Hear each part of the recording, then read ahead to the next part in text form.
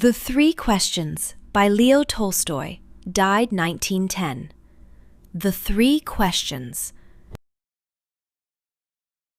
There was once a king who believed that if he could only answer 3 questions, he would never fail in anything he did. The first question was, when is the right time to begin each thing? The second was, who are the most important people to listen to? And the third was, what is the most important thing to do? The king sent word across his land, promising a great reward to anyone who could give him the answers. Many wise men came, but they all gave different replies. Some said the right time depended on careful plans and schedules. Others said the most important people were his advisors, or his priests, or his doctors, or his soldiers. And each one named a different, most important thing. Because the answers did not agree, the king was not satisfied with any of them. At last, he decided to visit a hermit who lived alone in the forest and was famous for his wisdom. The hermit only met simple, common people, so the king dressed in plain clothes and went on foot. When he arrived, he found the old man digging in the ground in front of his hut.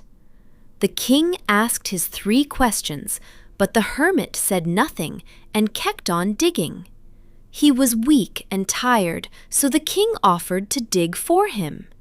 He worked for hours, asking his questions again and again, but the hermit gave no answer. As the sun began to set, a man came running out of the woods. He was a stranger, and he was wounded badly, with blood flowing from his stomach. The king cleaned and bandaged the wound as well as he could, and carried the fainting man inside the hut. There he cared for him through the night.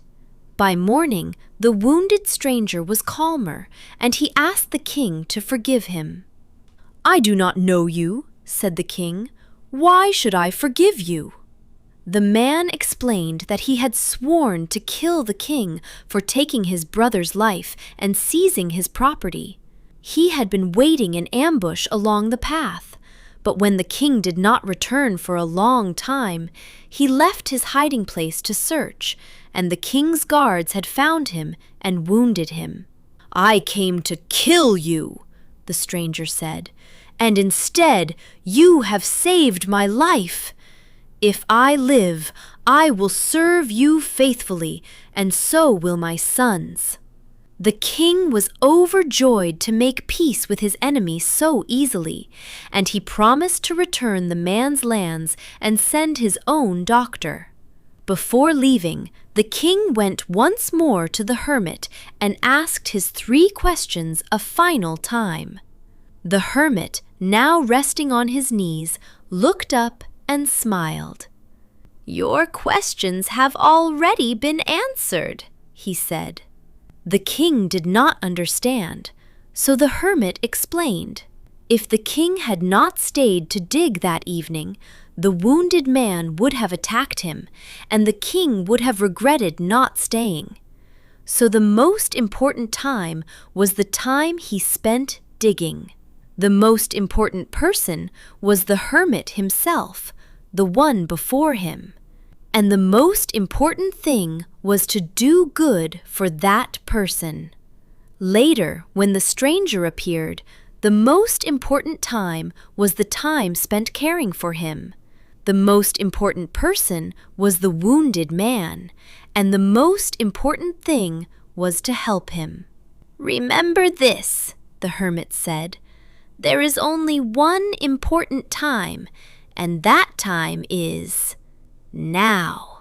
The most necessary person is the one you are with, and the most important thing is to do that person good, for that is why we were sent into this life."